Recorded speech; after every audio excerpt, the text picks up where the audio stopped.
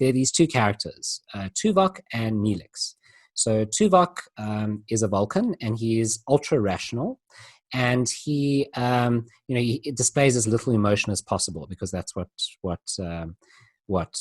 his character does. All right. And then you've got Neelix, who is the opposite. He's ebullient, and he's highly emotional, and he's the ship's chef, and he's everyone's friend, and I think his official title is the morale officer on the ship. So he's all about the morale, right?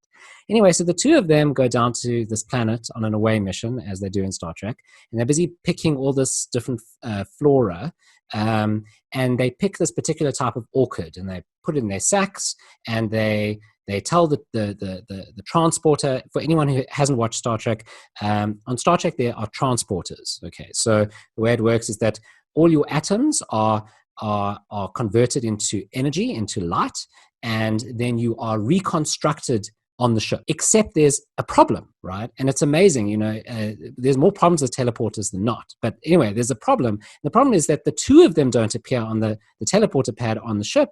Instead, what happens is that one person appears, and this person is an amalgam of Tuvok and Neelix, and he calls himself Tuvix.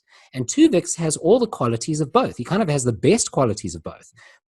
So he's got the rationality of Tuvok, the Vulcan, and he's got this ebullient emotional range of Neelix. So he calls himself Tuvix.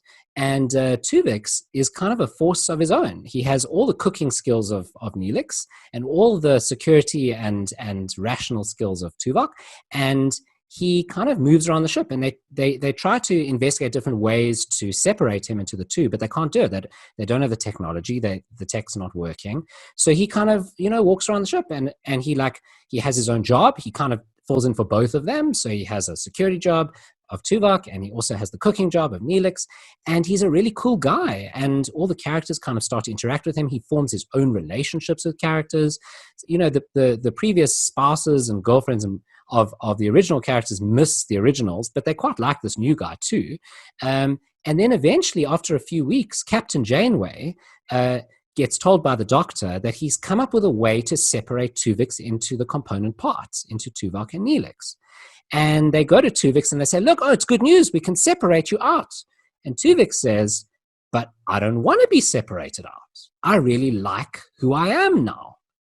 And Captain Janeway now has this really tough decision to make, whether to separate out Tuvix into his component parts.